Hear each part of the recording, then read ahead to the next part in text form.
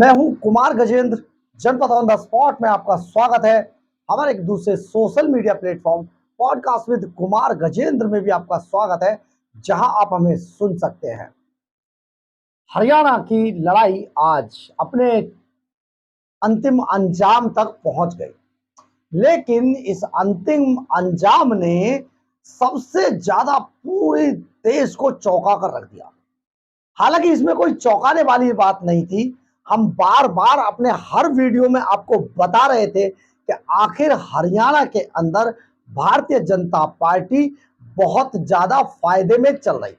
परंतु आज एक बार फिर से लोकसभा चुनावों के बाद एक बार फिर से मैं सबसे पहले आपको यह बता देना चाहता हूं कि बहुत सारे न्यूज क्लिक पत्रकार, जी हां, सोशल मीडिया पे एक्टिव बहुत सारे न्यूज क्लिक पत्रकार, मैं उन उन क्या बता, आपको याद है न्यूज क्लिक कैसे माहौल बनाने के लिए न्यूज क्लिक के पत्रकारों को पैसा दिया जाता था।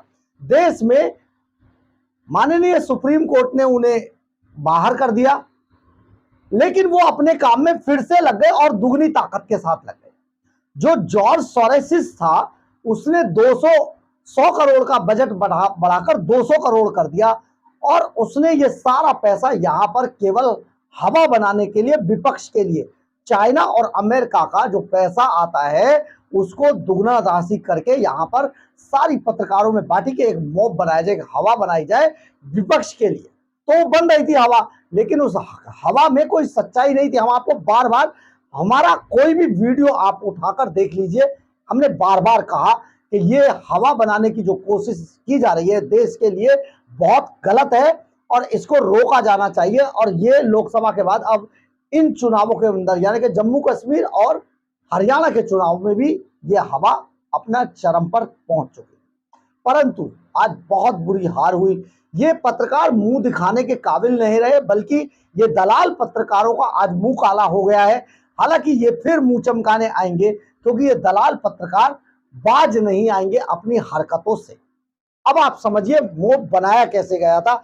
देखिए, भारतीय जनता पार्टी का सुपड़ा साफ दिखाया जा रहा था, जबकि हम आपको बार बार कह रहे थे और अपनी हर वीडियो में हमने आपको बताया भी कि जो विपक्ष है, जो कांग्रेस है, उसकी हार की शुरुआत कहां से हुई। कांग्रेस अपने बहुत अच्छे चरम पर थी और बहुत अच्छे रिजल्ट की तरफ जा रही थी हरियाणा के अंदर। परंतु कांग्रेस ने एक बड़ा काम किया, विनेश फोगाट और बजरंग पूनिया को रिसीव करके। ये लड़ाई जब तक जंतर मंतर पे कांग्रेस प्रायोजित थी और जंतर मंतर तक थी, तब तक लोग इसके बारे में ज्यादा जान नहीं रहे थे। लेकिन ओलंपिक, पेरिस ओलंपिक से बाद, पेरिस ओलंपिक के बाद जब विनेश फोगाट विदेश जाती हैं, पेरिस जाती हैं, वहां ओलंपिक में बुरी तरीके से, आप समझिए 100 ग्राम वजन के करीब बढ़ने के कारण उनको निकालकर बाहर कर दिया जाता है। फिर वो हल्ला मचाती है, बवाल मचाती है, और जब वो वापस लौटती हैं तो उन्हें रिसीव करने के लिए दीपेंद्र हुड्डा जाते हैं, राहुल गांधी से मिलवाते हैं। यहीं से कांग्रेस की उल्टी गिनती शुरू हो गई। अब ये उल्टी गिनती जब शुरू हुई तो आप इसको ऐसे समझिए कि बीजेपी ने इस पर कोई टिप्पणी नहीं की, लेकिन बीजेपी ने धीरे धीरे करके इनकी जो असलियत थी उसको सोशल मीडिया में लीक करना शुरू किया। जैसे कि पेरिस ओलंपिक से पहले ट्रायल के अंदर विनेश फोगाट ने क्या किया। विनेश फोगाट 53 किलोग्राम वजन से 50 किलोग्राम में लड़ी। किस तरीके से उन्होंने ट्रायल के वक्त मनमानी की, किस तरीके से विदेश लड़ने गई, किस तरीके से ये सारी चीजें हुई। और दीपेंद्र हुड्डा, भूपेंद्र हुड्डा के करकमलों द्वारा जंतर मंतर और ये सारा पहलवानों का प्रायोजित किया गया। अब यहां पर हुआ क्या, देखिए, दरअसल हरियाणा अकेला एक ऐसा प्रदेश है जहां घर घर के अंदर कुश्ती को पूजा जाता है। कुश्ती सबसे ज्यादा भगवान की तरह है, वहां पर कुश्ती को पूजा जाता है। हर घर में एक दो पहलवान, बल्कि सारे बच्चे पहलवानी करने आते हैं, लेकिन उनमें से एक दो अच्छे लेवल पर खेलते हैं। दो चीजें हरियाणा में बहुत ज्यादा है, एक वहां पर टीचिंग लाइन ज्यादा है, सेना में बहुत ज्यादा है, और खेल के अंदर ज्यादा है। तो कुश्ती को वहां पर पूजा जाता है। कुश्ती एक तरीके से हरियाणा की माता है। अब कुश्ती को बदनाम करने का ठप्पा विनेश फोगाट और बजरंग पूनिया पर लगा। इन पर जब ठप्पा लगा तो पूरी कांग्रेस इसमें एक्सपोज हो गई सबके सामने, यानी कि यहां से उल्टी गिनती शुरू हुई कांग्रेस की और कांग्रेस नेगेटिव में चलने लगी। अब आइए किसानों पर। देखिए किसानों में क्या हुआ कि किसान आंदोलन फर्जी है ये सबके सामने आता गया। जो वो वहां पर आंदोलन करने बैठे थे वो किसान किसी भी रूप में थे नहीं, और आपको यह हैरानी होगी कि जो किसानों के सबसे बड़े नेता थे चडूनी, वो भी आज बुरी तरीके से चुनाव हार गए। हैरान कर देने वाली बात है ना आपके, समझिए इसको। अब इसमें तीसरा एंगल देखिए, तीसरा एंगल था कुमारी शैलजा रणदीप सिंह सुरजेवाला का साइडलाइन कर देना। देखिए किसान पहलवानों को प्रायोजित जंतर मंतर एपिसोड कराकर भूपेंद्र हुड्डा ने एक तरीके से कांग्रेस आला कमान पर कब्जा जमा लिया था।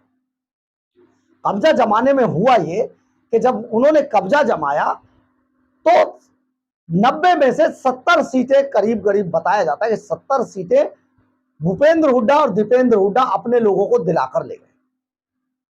कुमारी शैलजा का सपना था, क्योंकि बहुत पुरानी नेता हैं वो और बहुत ज्यादा आला कमान के बहुत नजदीक थी, सोनिया गांधी, प्रियंका गांधी, राहुल गांधी बहुत ज्यादा उनकी करीबी थी, और इस बार वो मुख्यमंत्री बनना चाहती, इसीलिए वो लोकसभा का चुनाव भी नहीं लड़ना चाहती थी, लेकिन उन्हें जबरदस्ती टिकट दिलाया गया, लोकसभा का चुनाव लड़वाया गया।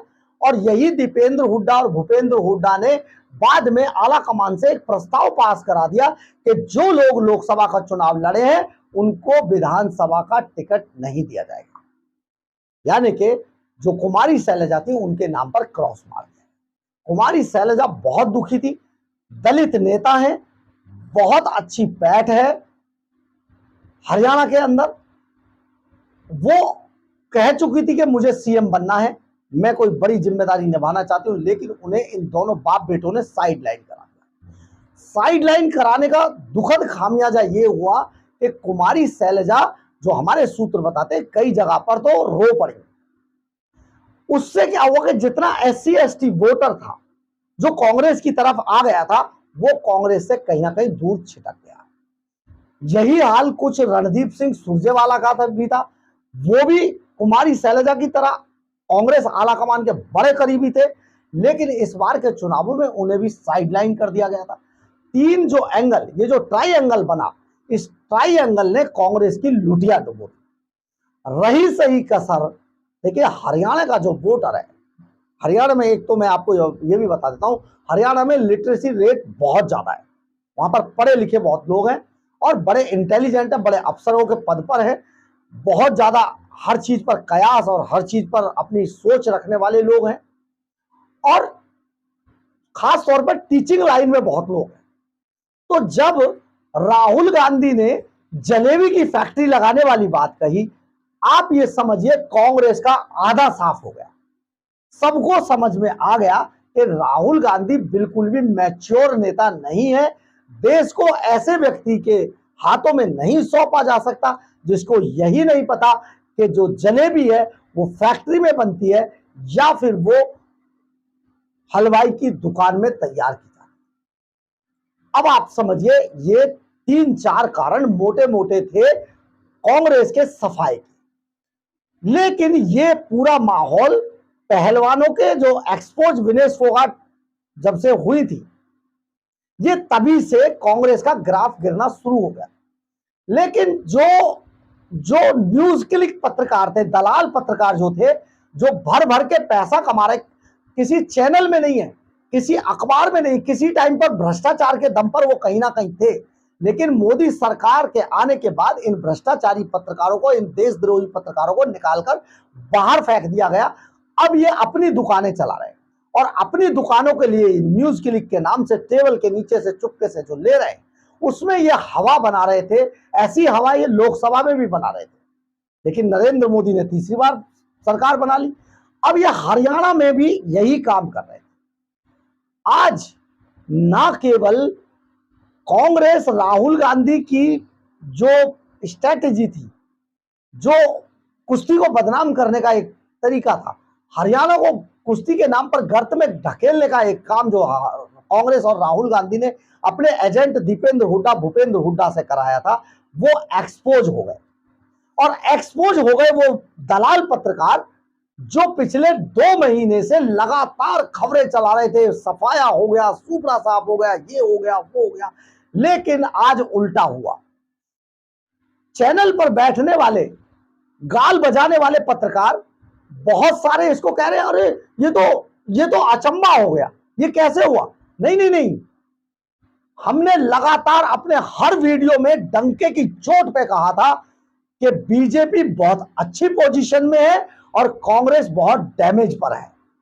क्योंकि कांग्रेस ने, राहुल गांधी ने इस तरीके के एक्ट किए जिससे एक तो वो पप्पू लगातार साबित होते गए, दूसरा कुश्ती को बदनाम किया, तीसरा अपनी ही पार्टी के अंदर भीतर घात पैदा कर दिया। जो दीपेंद्र हुड्डा भूपेंद्र हुड्डा को कोई पूछ नहीं रहा था, उनको एक बार फिर से सिर्फ इसलिए इनाम दिया गया, 70 सीटों का 70 वोट दिए, टिकट दिए गए उनके कहने पर कि उन्होंने जंतर मंतर पर इन पहलवानों से प्रदर्शन कराया, ब्रजभूषण शरण सिंह पर आरोप लगवाए, कुश्ती को बदनाम कराया और कुश्ती के साथ साथ हरियाणा को भी बदनाम कराया। यहां से डाउनफॉल हुआ कांग्रेस का और हम डैम श्योर थे कि बीजेपी बहुत अच्छे से तीसरी बार सरकार बना रही है। हमारी कोई भी वीडियो आप उठाकर देख लीजिए, मेरे कोई भी चैनल टीवी डिबेट में भी आप देख सकते हैं, मैंने डंके की चोट पर कहा। तब शायद कई लोगों को बड़ा अजीब सा लग रहा होगा, लेकिन आज उन्हें लग रहा होगा कि सचमुच जो हम कह रहे थे वही हुआ। आप ये समझिए कि कांग्रेस ना अपना घर संभाल पाई ना बाहर संभाल पाई, क्योंकि ये राहुल गांधी की कांग्रेस है और ये सिर्फ एक हवा बनाने की जो देश के अंदर कोशिश कर रहे हैं और विपक्ष के नाम पर जो इन्होंने ये पूरा प्रपंच रचा है, ये आज एक्सपोज हो गए हैं। लेकिन सबसे पहले आज जलेबी की फैक्ट्री, सचमुच एक बात बहुत अच्छी हुई है कि आज जलेबी की बिक्री बहुत ज्यादा बढ़ गई। शायद राहुल गांधी अब यही कहें कि देखिए मैं तो हलवाइयों की बिक्री बढ़वाना चाहता था, जलेबी की बिक्री बढ़वाना चाहता था, इसलिए मैंने ऐसा बयान दिया। क्योंकि राहुल गांधी लोकसभा में नेता विपक्ष बेशक बने हैं, लेकिन गरिमा नहीं रख पाए। ये देश के अंदर एक मैसेज जा रहा है और जो उनके साथ की जो पिछलग्गू पार्टियां हैं वो राहुल गांधी को चढ़ा चढ़ाकर ऐसा करवा रही है। पहले उनके अपने लोग कराते थे, अब पार्टियां करा रही है, ताकि राहुल गांधी को देश सीरियस लेना छोड़ दे। और सचमुच अगर ऐसा होता रहा तो राहुल गांधी को आने वाले समय में देश सीरियस नहीं लेगा। लेकिन सबसे बड़ी बात यह है, जो देश के लिए बहुत खुशी की भी है और बहुत दुर्भाग्यपूर्ण भी है, क्योंकि देश के अंदर विदेशी पैसा, चाइना और अमेरिका के पैसे से जो ये चंपू पत्रकार, जो ये दलाल पत्रकार रात दिन वीडियो बना बनाकर डालकर जिस तरीके से माहौल क्रिएट कर रहे हैं, उनके लिए बड़ा शर्मनाक दिन है। अगर इनको शर्म होगी तो ये देश को आगे से मुंह नहीं दिखाएंगे अपना। मैं नाम ले सकता हूं, लेकिन मैं अपनी जबान गंदी नहीं करना चाहता, क्योंकि ये जो दलाली है ना, ये दलाली देश को खा गई है।